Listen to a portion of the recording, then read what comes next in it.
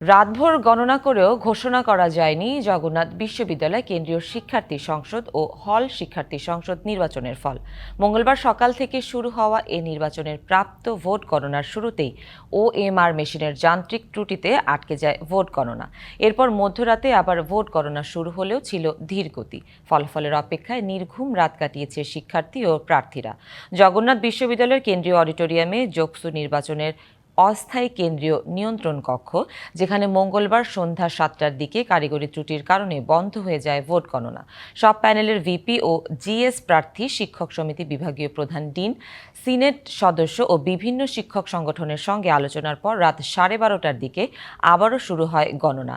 নৃবিজ্ঞান বিভাগের 278টি ভোট হাতে গণনা শেষে দুটি ওএমআর যন্ত্র দিয়ে যাচাই করা হয়। এরপর ত্রুটিহীন গণনা যন্ত্রে রাতভর চলে গণনা।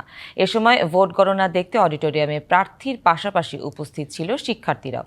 মঙ্গলবার সকাল 9টায় শুরু হওয়া যোগসু কেন্দ্রীয় ও হল সংসদ নির্বাচনের 39টি কেন্দ্রের 178টি বুথে ভোট গ্রহণ হয়। নির্বাচনে মোট ভোট পড়েছে 65%। ব্যালট ম্যানুয়ালি গণনা করে তা আবার ডিজিটালি গণনা করা হবে মেশিনে। যদি দুটো মেশিনেই যেই ফলাফলটা ম্যানুয়ালি ফলাফলের কাছাকাছি হয়, তাহলে এবং কাছাকাছি হয় মানে ম্যানুয়ালি যে ফলাফল তার সাথে মিলে যায়, তাহলে আমরা সেই মেশিনেই বাকি ভোটগুলা গণনা করা হবে বাকি কেন্দ্রের।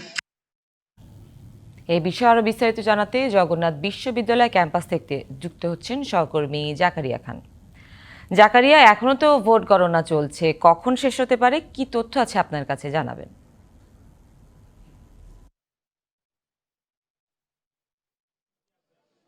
জি, আসলে এটি ঠিকভাবে বলা যাচ্ছে না যে ভোট ভোট গণনা আসলে কখন শেষ হবে, কারণ গতকাল মঙ্গলবার যেই জগন্নাথ বিশ্ববিদ্যালয়ে কেন্দ্রীয় শিক্ষার্থী সংসদ ও কেন্দ্রীয় হল শিক্ষার্থী সংসদের যেই নির্বাচন শুরু হয় সেটি কিন্তু গতকাল সকাল পেরিয়ে রাত পেরিয়ে কিন্তু আবার সকাল এসেছে, তবে এখন পর্যন্ত কিন্তু সেই ভোট গণনা শেষ হয়নি।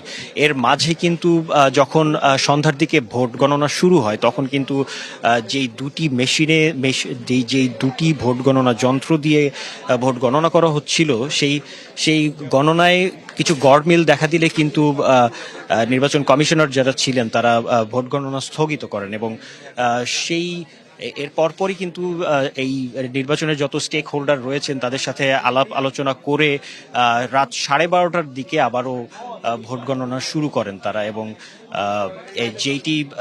যেটি আমরা জানতে পেরেছি যে রাত 12:30টায় যেভাবে ভোট গণনা শুরু হয়, আসলে দুটি যেই ওএমআর যন্ত্র ছিল সেই দুটি যন্ত্রের ভিতরে আসলে সমন্বয়হীনতা দেখা যায়। দুইটি যন্ত্রে দুই ধরনের রিডিং দেখা দেয়। তো তারা আসলে অধিকতর স্বচ্ছতার জন্য প্রথমে একটি কেন্দ্রের ভোট ম্যানুয়ালি হাতে গোনেন, এরপরে দুটি মেশিনেই সেটি আবার গণনা করে দেখা হয় কোন মেশিনে অধিক সঠিক গণনা পাওয়া যায়। তো সেইভাবে আসলে যেই যন্ত্রটি একটু সঠিক তথ্য দিচ্ছিল সেই যন্ত্র দিয়েই কিন্তু পরবর্তীতে ভোট গণনা চলে এবং এখন পর্যন্ত চারটি কেন্দ্রের ফলাফল আনুষ্ঠানিকভাবে ঘোষণা করেছেন নির্বাচন কমিশনাররা। এর মধ্যে নৃবিজ্ঞান বিভাগের ফলাফলে যদি আমি বলি, সেখানে ভিপি পদে একেএম রাকিব, তিনি পেয়েছেন 118 ভোট, রিয়াজুল ইসলাম পেয়েছেন 127 ভোট, রাকিব হাসান তিনি পেয়েছেন 15 ভোট এবং জিএস পদে আব্দুল আলিম আরিফ তিনি পেয়েছেন 134 ভোট, খাদিজাতুল কুবরা তিনি পেয়েছেন 72 ভোট এবং এজিএস পদে আমি যদি বলি তানজিল 126, মাসুদ পেয়েছেন 100। এর পাশাপাশি কিন্তু ভূগোল, পরিবেশ বিভাগ, লোক প্রশাসন কেন্দ্রের এবং ফার্মেসি বিভাগের সেই তিনটি সহ মোট 4টি বিভাগের ফল আনুষ্ঠানিকভাবে ঘোষণা করেছেন এবং এখন থেকে যেই কেন্দ্রের ভোট গণনা শেষ হবে সেটি কিন্তু সাথে সাথেই তারা জানিয়ে দিবেন বলে আমাদেরকে জানিয়েছেন নির্বাচন কমিশনাররা। এবং এই ভোট গণনা চলছে। আপনারা জানেন যে 39টি কেন্দ্রের ভোট রয়েছে, তো সেগুলো গুনতে আসলে ঠিক কত সময় লাগছে সেটি এখনো সঠিকভাবে বলা যাচ্ছে না। তো আমার কাছে জগন্নাথ বিশ্ববিদ্যালয় কেন্দ্রীয় শিক্ষার্থী সংসদ এবং কেন্দ্রীয় হল শিক্ষার্থী সংসদ নির্বাচনের ভোট গণনার সর্বশেষ সংবাদ ছিল এতটুকুই। জাকারিয়া, ধন্যবাদ আপনাকে। ত্রয়োদশ জাতীয় সংসদ নির্বাচনে প্রার্থিতা ফিরে পেতে দ্বিতীয় দিনে জমা পড়েছে 122টি আপিল। তবে শুধু মনোনয়নের বৈধতা ফিরে পেতেই নয়, প্রতিদ্বন্দ্বী প্রার্থীদের বৈধ হওয়া মনোনয়নপত্র বাতিল চেয়েও আপিল করেছেন অনেকে। মঙ্গলবার সকাল থেকে নির্বাচন কমিশনে এসে প্রার্থীরা আপিলের আবেদন জমা দিয়েছেন। 9 জানুয়ারি বিকেল 5টা পর্যন্ত চলবে আপিল দায়েরের কাজ। এরপর 10 থেকে 18 জানুয়ারি পর্যন্ত চলবে নিষ্পত্তির কাজ। আয়কর প্রদান, মামলা, দ্বৈত নাগরিকত্ব সহ বিভিন্ন কারণে ত্রয়োদশ জাতীয় সংসদ নির্বাচনে 723 জনের মনোনয়নপত্র বাতিল করা হয়। রিটার্নিং কর্মকর্তাদের এ সিদ্ধান্তের বিরুদ্ধে তারা নির্বাচন কমিশনে আপিল করছেন। তীব্র শীতের কারণে মঙ্গলবার সকালে আপিল করা প্রার্থীদের আনাগোনা কিছুটা কম থাকলেও বাড়তে থাকে বেলা বাড়ার সাথে। মনোনয়ন বাতিল করায় ক্ষোভ জানান তারা। কর বকেয়ার ভুল তথ্যের কারণে আমার মনোনয়নপত্র বাতিল করেছে এবং আমি সেটা আপগ্রেড ইনফরমেশন নিয়ে আমরা ডকুমেন্ট এবং জুডিশিয়াল ম্যাজিস্ট্রেট আদালতের কর্তৃক আমরা এই কাগজপত্র এনে আমরা মনোনয়নের যে আর কি আপিলের যে কাগজপত্র সকল কিছু নিয়ে আমরা দাখিল করলাম। ওনারা ভাবছে যে পরে করলে বোধহয় হবে, তো পরে তো আর করার সুযোগ দেয়নি। যেদিন বাছাই হয়েছে সেদিন আমাদেরকে বাতিল করা হয়েছে। সুশৃঙ্খলভাবে আপিলের জন্য অঞ্চলভিত্তিক 10টি বুথ বসানো হয়েছে নির্বাচন ভবনে। আবেদন করা যাবে 9 জানুয়ারি বিকেল 5টা পর্যন্ত। এরপর 10 থেকে 18 জানুয়ারি পর্যন্ত চলবে আপিল নিষ্পত্তির কাজ। ত্রয়োদশ সংসদ নির্বাচনে 3,406টি মনোনয়নপত্র তোলা হয়েছিল, আর জমা দেন 2,568 জন। এর মধ্যে বৈধ প্রার্থী 1,842 জন।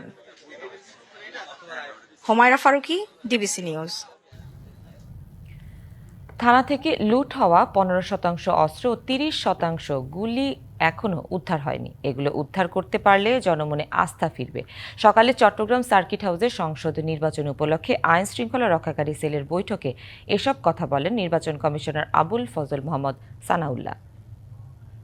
ইলেকট্রাল ইনকোয়ারি কমিটি নির্বাচন অনুষ্ঠানের সাথে যারা সম্পর্কিত আছেন তারাও যদি কোনো ধরনের ভায়োলেশনে লিপ্ত থাকেন সেটাও ইনকোয়ারি করে দেবে। জুডিশিয়াল ম্যাজিস্ট্রেটের কাজগুলো অনেকটা নির্বাহী ম্যাজিস্ট্রেটদের মতোই, তারা মোবাইল কোর্ট পরিচালনা করতে পারবেন এবং তাৎক্ষণিকভাবে বিচার কার্য করতে পারবেন। ত্রয়োদশ সংসদ নির্বাচন ও গণভোটে পোস্টাল ব্যালটে ভোট দিতে দেশ ও দেশের বাইরে থেকে অ্যাপে নিবন্ধন করেছেন 15,33,682 জন। এর মধ্যে দেশের ভেতর থেকেই নিবন্ধন করেছেন 7,61,140 জন। সোমবার রাত 12টায় নিবন্ধনের সময়সীমা শেষ হয়। নির্বাচন কমিশন জানায়, নিবন্ধন করাদের মধ্যে সরকারি চাকরিজীবী 5,75,200 জন, নির্বাচনী দায়িত্বপ্রাপ্ত 1,69,642 জন, আনসার ভিডিপির 10,010 জন, আর কারাগার থেকে ভোট দিতে নিবন্ধন করেছেন 6,283 জন। আর প্রবাসীদের মধ্যে সৌদি আরব থেকে সবচেয়ে বেশি নিবন্ধন করেছেন, যার সংখ্যা 2,39,186 জন। 123টি দেশে থাকা প্রবাসীরা পোস্টাল ব্যালটে ভোট দিতে নিবন্ধন করেন।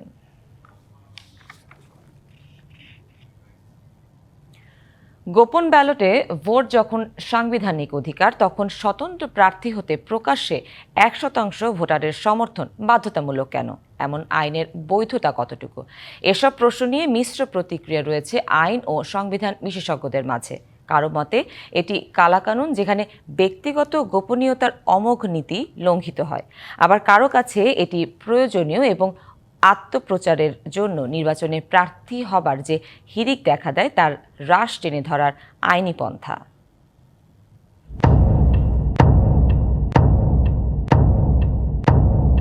ভোটের সময় পর্দাঘেরা গোপন কক্ষে পছন্দের প্রার্থীকে ভোট দেয় নির্বাচনের রীতি, যেখানে ভোটারের পছন্দ অপছন্দের খবর জানার সুযোগ থাকে না। কিন্তু স্বতন্ত্র প্রার্থীর বেলায় ভোটারের গোপনীয়তা আর গোপন থাকে না, যার কারণ স্বতন্ত্র প্রার্থী বিধিমালা 2011, যেখানে বলা হয় নির্বাচনে দাঁড়াবার যোগ্যতা হিসেবে স্বতন্ত্র প্রার্থীকে দেখাতে হবে আসন ভিত্তিক মোট ভোটের 1% ভোটারের স্বাক্ষরিত টিপ বা সইয়ের সমর্থন। আর সমর্থনকারীর এই তালিকা থেকেই ভোটের আগেই আঁচ করা যায় কে কাকে পছন্দ করেন। উঠান বৈঠক আয়োজন করতে পারবেন। আপনি কবে আসবেন বলেন? অনেকের মতে বিপুল সংখ্যক সমর্থনকারীর স্বাক্ষর জোগাড়ের কারণেই অনেক ভালো প্রার্থী নির্বাচনে দাঁড়াতে চান না। আবার অনেকে দাঁড়িয়েও পড়েন বিড়ম্বনায়, যেমনটা হয়েছে ঢাকা 9 আসনের স্বতন্ত্র প্রার্থী তাসনিম ইসিম জারার ক্ষেত্রে সমর্থনকারীদের স্বাক্ষর জটিলতার কারণে বাতিল হয় যার মনোনয়নপত্র, যদিও আপিলের সিদ্ধান্ত জানিয়েছেন জারা। না ওটা আমরা আপিল করব, সমস্যা নাই, টিকে যাবে ইনশাআল্লাহ, দোয়া রাখেন। একটা গণতান্ত্রিক দেশে এমন বাস্তবতায় 1% ভোটারের সমর্থন বাধ্যতামূলক করে 1/11 সরকারের চালু করা রীতিকে কালা কানুন বলে মনে করেন এই জ্যেষ্ঠ আইনজীবী। এটি কালাকানুন, নিশ্চিত কালাকানুন। ডিসকারেজ করা হচ্ছে রাজনৈতিক দলের বাইরের ক্যান্ডিডেটদেরকে, পটেনশিয়ালদেরকে। অপর প্রার্থীর জন্য প্রযোজ্য না, শুধু স্বতন্ত্র প্রার্থীর জন্য। আমাদের সংবিধানের আর্টিকেল 27-এর ক্লিয়ার ভায়োলেশন। এরপরে আমরা বলি যে আমরা গণতান্ত্রিক দেশ, আমাদের দেশে সমতা আছে। এটা হাস্যকর। তবে নির্বাচনে গণহারে প্রার্থী হবার হিড়িক থামাতে এই আইনের যৌক্তিকতা রয়েছে বলেও মত দেন এই আইন ও সংবিধান বিশেষজ্ঞ। সুযোগ থাকলেই বহু লোক দাঁড়াই যায়। কেন দাঁড়ায় জানেন? দাঁড়ায় হলো তার নামটা প্রচার হয়ে গেল সরকারিভাবে, বিভিন্নভাবে। তার কিন্তু কোনো ভোট নাই, কিন্তু সে ওই প্রচারের জন্য এবং এই প্রচারের মাধ্যমে সে নিজেকে একটা আপলিফট করবে, এবং সুযোগ নেওয়ার পরেই তো সেইখানে সরকারি ব্যালট পেপারে নাম থাকা, প্রচার থাকা, টেলিভিশনের সুযোগ সুবিধা থাকা, সব জায়গায় চলে আসলো না? তো এই জিনিসগুলো বন্ধ করার জন্য একটা রেস্ট্রিকশন দেওয়া হয়েছে। দলীয় রাজনীতিবিদ ও অরাজনৈতিক ব্যক্তিদের প্রার্থী হওয়ার ক্ষেত্রে শর্ত নিয়ে মতপার্থক্য রয়েছে আইনজীবীদের মাঝে। 1% লোক যোগ্যতার মাধ্যমে, কিছু লোক যদি আপনাকে যোগ্যতা আছে এরকম মনেই না করে, তাহলে আপনার দাঁড়ানোর কি দরকার? দলের তো ধরেন একজন দাঁড়ালে পরে সমস্ত দল, একদম গ্রাম লেভেল পর্যন্ত দল আছে, তারা সাপোর্টাররা নেমে যায়। আপনি ওখানে সিগনেচার করলেই যে আপনাকে ভোট দিতে হবে এ কথা কিন্তু আইনে বলে নাই। রাজনৈতিক দলের প্রার্থীর কোনো 1% লাগবে না, যে আগে সংসদ সদস্য হয়েছে তার 1% লাগবে না। শুধু যে ফ্রেশ, যে নতুনভাবে ভোট করতে চায়, যে এই কোনো রাজনৈতিক দলের বাইরে গিয়ে ভোট করতে চায়, যে মামদানি হতে চায়, যে কেজরিওয়াল হতে চায়, বাংলাদেশে সেটি হতে দেবে না। ওই পুরানো বন্দোবস্তেই আমাদেরকে রাখবে, সেটি উদ্দেশ্য। এটি গণতন্ত্রের জন্য বড় হুমকি। স্বতন্ত্র প্রার্থী বিধিমালা 2011-র বৈধতার প্রশ্নে আপিল বিভাগে করা রিভিউ আবেদনটি শুনানির অপেক্ষায় রয়েছে বলেও জানান আইনজীবীরা।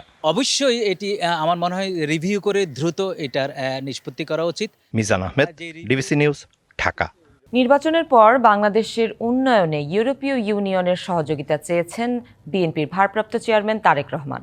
ত্রয়োদশ জাতীয় সংসদ নির্বাচন শান্তিপূর্ণ হবে বলে আশা প্রকাশ করেছেন ইইউ রাষ্ট্রদূত মাইকেল মিলার। মঙ্গলবার সন্ধ্যায় তারেক রহমানের সাথে ইইউ প্রতিনিধি দলের বৈঠক শেষে সাংবাদিকদের এসব কথা জানান বিএনপির স্থায়ী কমিটির সদস্য নজরুল ইসলাম খান। জানান, এবারের নির্বাচনে সুষ্ঠু পরিবেশ থাকবে এমন প্রত্যাশায় পর্যবেক্ষকদের বড় দল পাঠানোর সিদ্ধান্ত নিয়েছে ইউরোপীয় ইউনিয়ন। করেছেন, তাদেরকে অনুরোধও করেছেন যে আগামী দিনে ইউরোপিয়ান ইউনিয়নের যেন আরও বেশি সহযোগিতা করে। তারা বলেছেন যে তারা আরও বড়ভাবে সহযোগিতা নিয়ে তারা আগামী দিনে বাংলাদেশের পাশে দাঁড়াবে। গত কয়েকটা নির্বাচনে ইউরোপিয়ান ইউনিয়ন কোনো পর্যবেক্ষক পাঠায় নাই। এই নির্বাচনটা অবাধ, সুষ্ঠু হবে, শান্তিপূর্ণ হবে, এটা ধারণা করেই ইউরোপিয়ান ইউনিয়ন এবার একটা বড় নির্বাচনে পর্যবেক্ষক দল পাঠাচ্ছে। কাজেই আমরা মনে করি যে এর মাধ্যমে ইউরোপিয়ান ইউনিয়নের সমর্থনই ব্যক্ত হয়েছে। ঢাকা 17 আসনের নেতাকর্মী সহ দলের সাংগঠনিক কাঠামোকে শক্তিশালী করতে বিভিন্ন সহযোগী সংগঠনের সঙ্গে বৈঠক করেছেন বিএনপির ভারপ্রাপ্ত চেয়ারম্যান তারেক রহমান। নির্বাচন সামনে রেখে এই ধারাবাহিক বৈঠকে নেতাকর্মীদের দিয়েছেন বেশ কিছু নির্দেশনা। আসন্ন নির্বাচন ও দলের সাংগঠনিক কাঠামো শক্তিশালী করতে দিনভর ব্যস্ত সময় কাটান বিএনপির ভারপ্রাপ্ত চেয়ারম্যান তারেক রহমান। মঙ্গলবার বেলা 11টায় বিএনপির চেয়ারপারসনের রাজনৈতিক কার্যালয়ে আসেন তিনি। এরপর ধারাবাহিক বৈঠকে মিলিত হন দলের নেতাকর্মী সহ বিভিন্ন শ্রেণী পেশার মানুষের সাথে। ঢাকা 17 আসনের সাংগঠনিক অবস্থা পর্যালোচনার পাশাপাশি দিয়েছেন জরুরি কিছু নির্দেশনা। 22 থেকে যে নির্বাচন প্রচারণা যখন শুরু হয়ে যাবে তখন উনি আর সাংগঠনিক কাজ করার মতো পরিস্থিতি থাকবে না। ওনার মনে ইচ্ছা আছে খুব যে এখানকার প্রত্যেকটা যারা আছে আমাদের কর্মী তাদের সাথে দেখা করা, কারণ উনি এখান থেকে নির্বাচন করতেছে। বৈঠকে অংশ নেয়া নেতারা জানান, সাবেক প্রধানমন্ত্রী বেগম খালেদা জিয়ার যুব উন্নয়নের ধারা অব্যাহত রাখার প্রত্যয় ব্যক্ত করেছেন তারেক রহমান। এই 17 আসনের ভোটারদের কি কি সমস্যা, এই নেতাকর্মীরা যে ক্যাম্পেইন করার পরে কি কি সমস্যাগুলো ভোটাররা বলেছেন, সেগুলো মাননীয় ভারপ্রাপ্ত চেয়ারম্যান সেগুলো লিখে নিয়েছেন। এবং দলের পক্ষ থেকে 17 আসনের ভোটারদেরকে কি কি প্রতিশ্রুতি দেওয়া হবে, বিশেষ করে যেহেতু দলের ভারপ্রাপ্ত চেয়ারম্যান নিজেই নির্বাচন করছেন, সেটির বিষয়ে ভারপ্রাপ্ত চেয়ারম্যান নেতাকর্মীদেরকে নির্দেশনা দিয়েছেন। এটা সাংগঠনিক আলোচনা মূলত এখন হচ্ছে। অ্যাকচুয়ালি আমরা সাংগঠনিকভাবে নিজেদেরকে শক্তিশালী করে আগামী দিনের যে কোনো চ্যালেঞ্জকে মোকাবেলা করার জন্যই আমাদের সংগঠন ভিত্তিক আলোচনা হচ্ছে। সাংগঠনিক অভিভাবক জনাব তারেক রহমান যে রাজনীতি চাচ্ছেন, বাংলাদেশের মানবিক রাজনীতি, আর বৈঠক শেষে বিএনপির চেয়ারপারসনের উপদেষ্টা মোহাম্মদ আব্দুস সালাম বলেন, ভারপ্রাপ্ত চেয়ারম্যানের দিক নির্দেশনা আসন্ন ত্রয়োদশ নির্বাচনে দলকে কাঙ্ক্ষিত ফলাফলের দিকে নিয়ে যাবে। সংগঠনকে গতিশীল করা, সংগঠনে কোথাও কোনো দুর্বলতা থাকলে সেগুলোকে ঠিক করা, সংগঠনকে শক্তিশালী করার জন্য চলমান যে আলোচনা সেগুলো আলোচনা এবং সংগঠনের বর্তমান অবস্থা নিয়ে, দেশের রাজনৈতিক অবস্থা নিয়ে, দেশের রাজনৈতিক অবস্থার প্রেক্ষাপটে বর্তমান আমাদের কি করা দরকার, এই সমস্ত বিষয় নিয়ে আলোচনা। দলের সাংগঠনিক কাঠামো গতিশীল করতে এ বৈঠক চলমান থাকবে বলে জানা গেছে। Hasan Al Mamun, DBC news, Dhaka. 11 জানুয়ারি বগুড়া যাচ্ছেন বিএনপির ভারপ্রাপ্ত চেয়ারম্যান তারেক রহমান। 19 বছর পর পিতৃভূমিতে তাকে বরণ করতে সবাই প্রস্তুত, কিন্তু মা ও ছোট ভাইয়ের মৃত্যু পরবর্তী শোকাবহ পরিস্থিতিতে এই সফরে থাকছে না জাঁকজমকপূর্ণ আনুষ্ঠানিকতা। সেখানে অংশ নেবেন মায়ের রুহের মাগফিরাত কামনায় বিশেষ দোয়ায়। আশপাশের জেলাগুলো থেকেও লাখ লাখ মানুষ অংশগ্রহণের কথা বলছেন নেতারা। নিজ-ভূমে তারেক রহমানকে বরণ করে নেওয়ার অপেক্ষার প্রহর গুনছেন বগুড়ার সর্বস্তরের মানুষ। বিষাদের কালো মেঘে ঢাকা এই সফরে নেই লাল গালিচা সম্বর্ধনার কোনো আয়োজন, থাকছে না জাঁকজমকপূর্ণ কোনো আনুষ্ঠানিকতাও। নেতার আগমনে জেলা বিএনপি কার্যালয়ে চলছে ঘষা-মাজা। সংস্কার করা হচ্ছে দলের ভারপ্রাপ্ত চেয়ারম্যান তারেক রহমানের জন্য সংরক্ষিত কক্ষটি। প্রস্তুতি নিতে বৈঠকেও বসেছিলেন স্থানীয় নেতারা।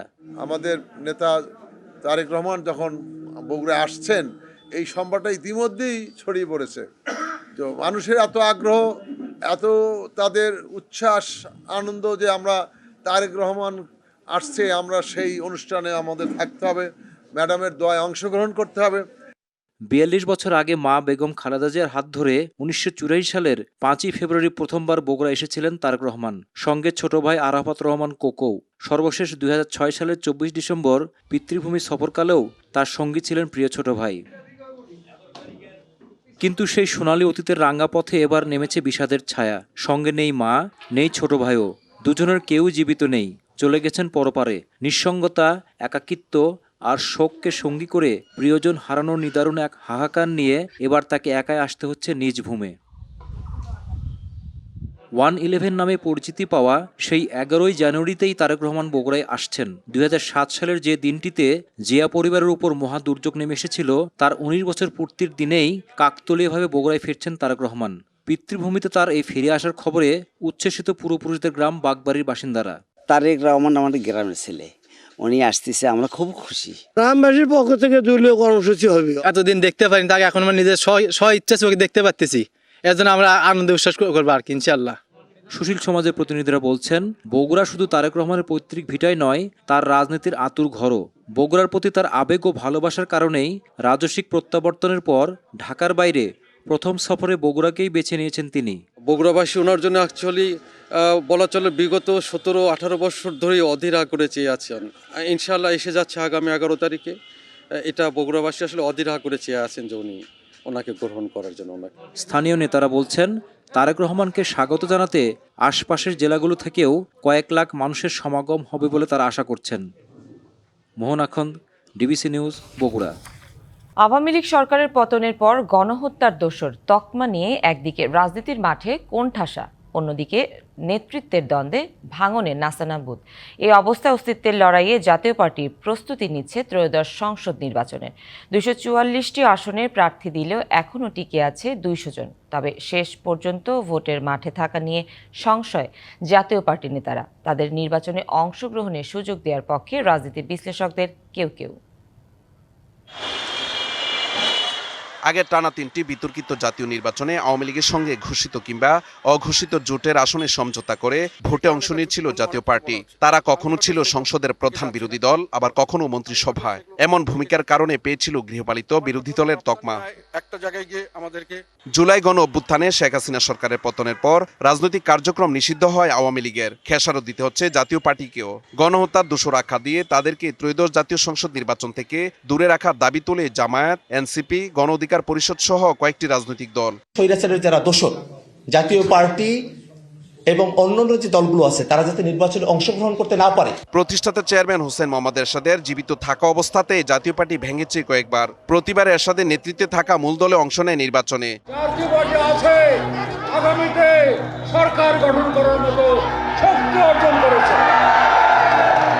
নেতৃত্বের দ্বন্দ্বে জড়িয়ে বর্তমান চেয়ারম্যান জিএম কাদেরকে বাদ দিয়ে সর্বশেষ আনিসুল ইসলাম মাহমুদ ও রুহুল আমিন হাওলাদারের নেতৃত্বে সিনিয়র নেতারা আলাদাভাবে সম্মেলন করে নিবন্ধিত অনিবন্ধিত মিলিয়ে 18টি দল নিয়ে গঠন করা হয় নির্বাচনী জোট এনডিএফ। তবে তাদের লাঙ্গলে নির্বাচনে অংশগ্রহণ করার সুযোগ নেই, কারণ জিএম কাদের নেতৃত্বাধীন জাপার এই প্রতীক নিবন্ধিত। রাজনীতির জমিন ফিরে পাওয়ার পর নির্বাচন নিয়ে অনিশ্চয়তার মধ্যে 244টি আসনে প্রার্থী দিয়েছে জাতীয় পার্টি। তবে হলফনামায় তথ্যের গরমিলের মনোনয়ন বাতিল হয়ে যায় 40 জনের। জাতীয় পার্টি হয়তো আবারও গৌরব ফেরত পাবে। দলের নেতারা বলছেন, অস্তিত্ব রক্ষার লড়াইয়ে নির্বাচনে অংশ নিচ্ছে জাতীয় পার্টি। অস্বীকার করা যাবে না 14, 18, 24 আওয়ামী লীগের ভোটগুলো প্রশ্নবিদ্ধ ছিল। আমরা সকল আসনেই ভোট করার প্রস্তুতি নিয়েই মনোনয়ন দিয়েছি। আমাদের পার্টি অফিসে যখন বারবার আগুন দিচ্ছিল এবং আমাদেরকে ব্যান করার জন্য একটা আন্দোলন হচ্ছিল, বিবৃতিতে তারা এর প্রতিবাদ করে।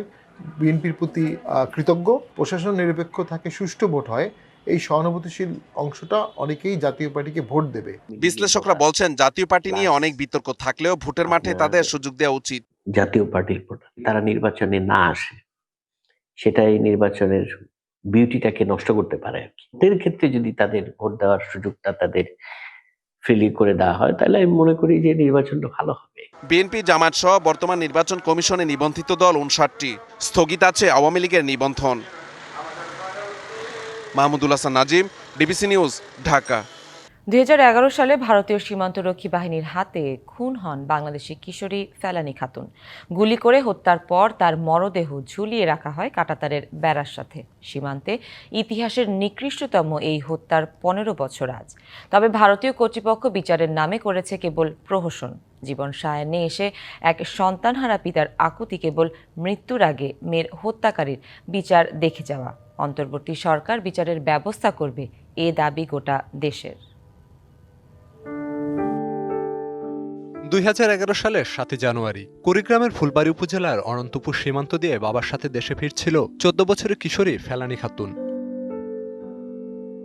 বাংলাদেশের প্রবেশের ঠিক আগে তাদের উপর গুলি চালায় বিএসএফ। ভারতীয় সীমান্তরক্ষী বাহিনীর সদস্য অমিয় ঘোষের ছোড়া বুলেট এসে লাগে ফেলানীর গায়ে, লুটিয়ে পড়ে মাটিতে। কিন্তু নির্মমতার এখানেই শেষ হয়নি। কাঁটাতারের বেড়ার সাথে ঝুলিয়ে রাখা হয় ফেলানীর মরদেহ।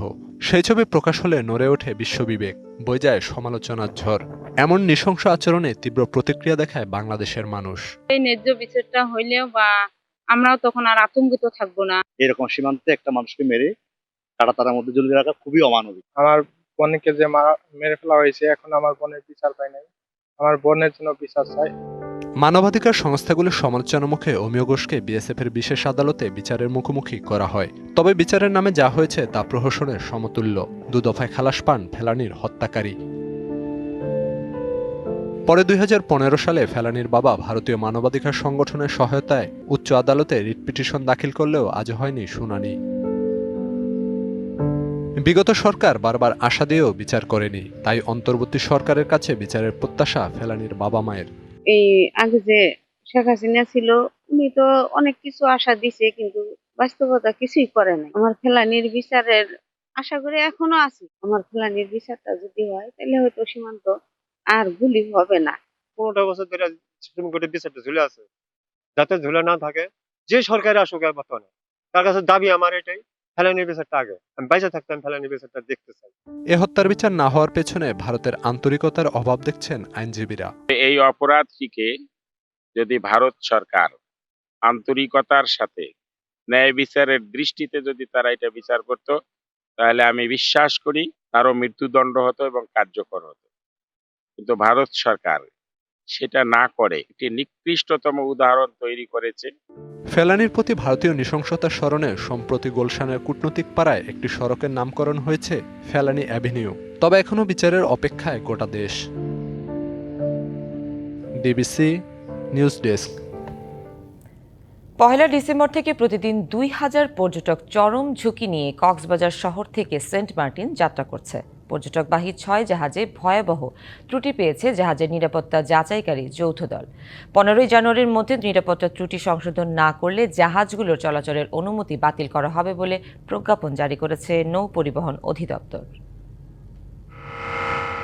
গেল ২৭ ডিসেম্বর সকালে কক্সবাজারে সেন্ট মার্টিনগামী এমভি আটলান্টিক ক্রুজ জাহাজে অগ্নিকাণ্ডে একজন কর্মচারীর মৃত্যু হয়। এই দুর্ঘটনার পর নড়েচড়ে বসে প্রশাসন। ৩০ ডিসেম্বর কক্সবাজার সেন্ট মার্টিন রুটে চলাচলকারী পর্যটকবাহী ৬ জাহাজের নিরাপত্তা যাচাই করে একটি যৌথ দল। জাহাজগুলোতে ভয়াবহ ৮টি ত্রুটি পায় দলটি। কোনো জাহাজে নেই শতভাগ নিরাপত্তা, রয়েছে কোনো না কোনো ত্রুটি বা শর্তের লঙ্ঘন। ঝুঁকি নিয়ে চলাচলকারী জাহাজগুলো হলো MV Karnaphuli, ১২ Aulia, Keari Sindbad, bay cruiser, Keari cruise and dine ও দ্য আটলান্টিক ক্রুজ। আগামী ১৫ জানুয়ারির মধ্যে ত্রুটি বিচ্যুতিগুলো সংশোধন করা না হলে জাহাজগুলোর চলাচলের অনুমতি বাতিল করা হবে বলে বিজ্ঞপ্তি প্রকাশ করেছে নৌ পরিবহন অধিদপ্তর। বিজ্ঞপ্তিটি হাতে পেলে নির্দেশনা অনুযায়ী ব্যবস্থা নেওয়া হবে বলে জানান দায়িত্বশীল কর্মকর্তা। তাদেরকে ১০ দিনের একটা সময় দেওয়া যেতে পারে, যে এই সময়ের মধ্যে এই ত্রুটি বিচ্যুতিগুলো ওনারা সংশোধন করবেন, এগুলো রেকটিফাই করবেন। এই ধরনের একটা নির্দেশনা দেওয়া হয়েছে। এই ব্যাপারে নৌযান মালিকদেরকে আমরা আনঅফিসিয়ালি জানিয়েছি। আমরা আশা করছি যে তারা বিষয়টি ইতিবাচকভাবে দেখবে, দেখে তাদের যে সমস্যাগুলো আছে সেগুলো তারা নির্দিষ্ট সময়ের মধ্যে এগুলো রেকটিফাই করে ফেলবে। কক্সবাজার সেন্ট মার্টিন রুটে জাহাজ চলাচল নিরাপদ করতে কার্যকর পদক্ষেপ নেবে কর্তৃপক্ষ, এমনটি প্রত্যাশা পর্যটকদের। DBC news desk. বঙ্গোপসাগরের বাংলাদেশ অংশে আশঙ্কাজনক হারে কমেছে মাছ, বেড়ে গেছে জেলিফিশ। সামুদ্রিক মৎস্য সম্পদ ও ইকোসিস্টেমের ওপর এক গবেষণায় উঠে এসেছে এই তথ্য। ৮টি দেশের ২৫ জন বিজ্ঞানীর সমন্বয় এই জরিপে উঠে এসেছে সমুদ্রের গভীর তলদেশে প্লাস্টিক পাওয়ার মতো ভয়াবহ তথ্য। এ নিয়ে উদ্বেগ প্রকাশ করে প্রধান উপদেষ্টা ডক্টর মোহাম্মদ ইউনূস সমুদ্র গবেষণা ও সমস্যা চিহ্নিত করার তাগিদ দিয়েছেন। গত বছরের ২১ আগস্ট থেকে ২১ সেপ্টেম্বর ৮টি দেশের ২৫ জন বিজ্ঞানীর সমন্বয়ে জরিপ চালানো হয় বঙ্গোপসাগরে। দলে ছিল বাংলাদেশের ১৩ সদস্য। মঙ্গলবার সকালে এ সংক্রান্ত কমিটি যমুনায় প্রধান উপদেষ্টার কাছে গবেষণা প্রতিবেদন হস্তান্তর করে। পরে চট্টগ্রাম বিশ্ববিদ্যালয়ের ইনস্টিটিউট অব মেরিন সায়েন্সেসের অধ্যাপক সাইদুর রহমান চৌধুরী তুলে ধরেন গবেষণা উপাত্ত।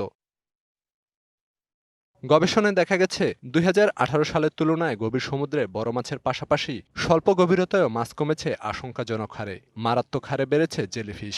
সাগরের ২০০০ মিটার নিচেও রয়েছে প্লাস্টিকের অস্তিত্ব। গবেষকরা বলছেন জলস্প্রাণের ভারসাম্যহীনতা এমন হচ্ছে সমুদ্রে, এজন্য আগ্রাসী মাছ শিকারকে দায়ী করছেন তারা। এভাবে চললে বঙ্গোপসাগর মাছশূন্য হয়ে পড়ার শঙ্কা গবেষকদের। আশার খবর হচ্ছে নতুন ৬৫ প্রজাতির জলস্প্রাণীর অস্তিত্ব পাওয়া গেছে সাগরে। গভীর সমুদ্রে মূল্যবান টুনা মাছ বেড়েছে। সুন্দরবনের নিচে মিলেছে একটি ফিশিং নার্সারি। গভীর সমুদ্রে সোনার ব্যবহার করে টার্গেটেড ফিশিং বন্ধে ব্যবস্থা নেওয়ার আশ্বাস দিয়েছেন মৎস্য ও প্রাণী সম্পদ উপদেষ্টা। সুন্দরবনের নিচে পাওয়া ফিশিং নার্সারি সংরক্ষণের পাশাপাশি সমুদ্রে গবেষণা বাড়ানোর নির্দেশনা দিয়েছেন প্রধান উপদেষ্টা। Khalid Hasan, DBC news desk. সামরিক অভিযানে ভেনেজুয়েলা থেকে আটক করে আনা প্রেসিডেন্ট নিকোলাস মাদুরোকে যুক্তরাষ্ট্রের নিউ ইয়র্ক নগরে মেট্রোপলিটন ডিটেনশন সেন্টারে এমডিসিতে আটক রাখা হয়েছে। কুখ্যাত এই আটক কেন্দ্রটিকে বলা হয়ে থাকে অসহনীয় ও ভীতিকর। এর অস্বাস্থ্যকর পরিবেশ, দীর্ঘদিন ধরে কর্মী সংকট, বন্দীদের মধ্যে সহিংসতা এবং বিদ্যুৎ বিভ্রাটের মতো নানা বিষয় নিয়ে সমালোচনা রয়েছে। সম্প্রতি রুদ্ধশ্বাস এক সামরিক অভিযানে ভেনেজুয়েলা থেকে সস্ত্রীক প্রেসিডেন্ট নিকোলাস মাদুরোকে আটক করে নিউ ইয়র্কে উড়িয়ে নিয়ে যায় যুক্তরাষ্ট্র। এরপর তাদের রাখা হয় নিউ ইয়র্কের মেট্রোপলিটন ডিটেনশন সেন্টার এমডিসিতে। কারাগারে বন্দীদের স্থান সংকুলান না হওয়ায় ৯০-এর দশকে মেট্রোপলিটন ডিটেনশন সেন্টারটি নির্মাণ করা হয়। সাধারণ বন্দীদের পাশাপাশি নিউ ইয়র্কের এ আটক কেন্দ্রে গুরুত্বপূর্ণ বন্দীদেরও রাখা হয়। হত্যা ও মাদক পাচারের অভিযোগে বিচারের অপেক্ষায় থাকা সন্দেহভাজন মেক্সিকান মাদক সম্রাট এল মায়ো নামে পরিচিত ইসমাইল মারিও জাম্বাদা গার্সিয়াকেও এখানে রাখা হয়েছিল। এর আগে পপ তারকা আর কেলি, যৌন নিপীড়ক জেফ্রি এপস্টেইনের সহযোগী গিলেন ম্যাক্সওয়েল এবং সম্প্রতি র্যাপার শন ডিডি কমসকে এই আটক কেন্দ্রে রাখা হয়। আটক কেন্দ্রে বন্দীদের মধ্যে সহিংসতার ঝুঁকি সবসময়ই থাকে। 2024 সালের জুনে এক বন্দীকে ছুরিকাঘাতে হত্যা করা হয়। 1 মাস পর মারামারিতে আরেক বন্দী নিহত হন। প্রায়ই নিজেদের মধ্যে সংঘর্ষে গুরুতর আহত হন বন্দীরা। ব্রুকলিনের এই আটক কেন্দ্রে 2019 সালে বিদ্যুৎ বিভ্রাটের কারণে তীব্র শীতে বন্দীদের 1 সপ্তাহ অন্ধকারে থাকতে হয়। বন্দীদের মামলার প্রেক্ষিতে তদন্তের নামে মার্কিন বিচার বিভাগ তদন্তের পর আটক কেন্দ্রে থাকা 1600 বন্দীকে ক্ষতিপূরণ হিসেবে $1 কোটি দেওয়ার সমঝোতা হয়। সে সময়ও কারাগারের ভেতরের অবস্থা ভীতিকর ও অসহনীয় হিসেবে উল্লেখ করেন বন্দীদের আইনজীবীরা। এমডিসি এখন নিউ ইয়র্ক নগরের একমাত্র ফেডারেল কারেকশন সেন্টার বা কেন্দ্রীয় সংশোধনাগার। 2019 সালে কুখ্যাত যৌন নিপীড়নকারী মার্কিন ধনকুবের জেফ্রি এপস্টেইন ম্যানহাটন কারাগারে আত্মহত্যা করার পর সেটির কার্যক্রম সাময়িকভাবে বন্ধ করে দেয়া হয়। মৌসুমী শান্তা, ডিবিসি নিউজ ডেস্ক।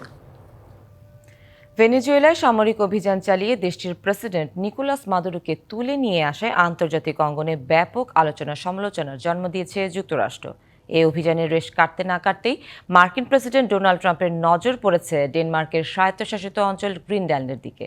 তবে কড়া হুঁশিয়ারি দিয়ে জানিয়েছেন ডেনমার্কের প্রধানমন্ত্রী সহ বিশ্ব নেতারা। গত রবিবার মার্কিন প্রেসিডেন্ট ডোনাল্ড ট্রাম্প দাবি করেন গ্রিনল্যান্ডের চারদিকে রুশ ও চীনা জাহাজ রয়েছে, তাই জাতীয় নিরাপত্তা বিবেচনায় যুক্তরাষ্ট্রের গ্রিনল্যান্ড প্রয়োজন।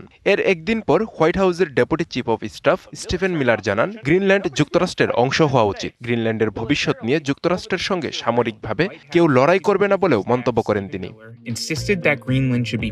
ভেনেজুয়েলায় সামরিক অভিযান চালানোর পর ট্রাম্পের এ ধরনের বক্তব্য ইউরোপীয় মিত্রদের মধ্যে গভীর উদ্বেগ তৈরি করেছে। ডেনমার্কের স্বায়ত্তশাসিত গ্রিনল্যান্ডের প্রধানমন্ত্রী জেন্স ফ্রেডেরিক নিয়েলসেন জানান যুক্তরাষ্ট্রের পক্ষ থেকে বারবার এমন বক্তব্য পুরোপুরি অগ্রহণযোগ্য। যুক্তরাষ্ট্রকে হুঁশিয়ারি দিয়েছেন ডেনমার্কের প্রধানমন্ত্রী মেটে ফ্রেডেরিকসেনও। জানান যুক্তরাষ্ট্র যদি আরেকটি ন্যাটোভুক্ত দেশে সামরিক হামলার সিদ্ধান্ত নেয় তাহলে ন্যাটো সহ সবকিছু থেমে যাবে এবং দ্বিতীয় বিশ্বযুদ্ধের পর যে নিরাপত্তা ব্যবস্থা গড়ে উঠেছে তাও বন্ধ হয়ে যাবে।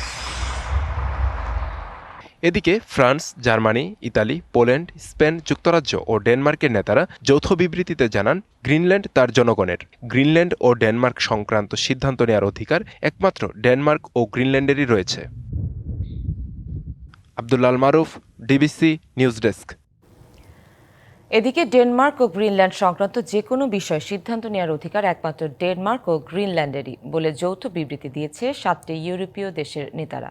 মঙ্গলবার ডেনমার্কের প্রধানমন্ত্রীর দপ্তর থেকে প্রকাশিত বিবৃতিতে স্বাক্ষর করেন ডেনমার্কের প্রধানমন্ত্রী মেটে ফ্রেডেরিকসেন, ফ্রান্সের president Emmanuel Macron, German chancellor Friedrich Merz, ইতালির প্রধানমন্ত্রী জর্জিয়া মেলোনি, পোল্যান্ডের প্রধানমন্ত্রী ডোনাল্ড টাস্ক, স্পেনের প্রধানমন্ত্রী পেদ্রো সানচেজ এবং ব্রিটিশ প্রধানমন্ত্রী কিয়ার স্টারমার।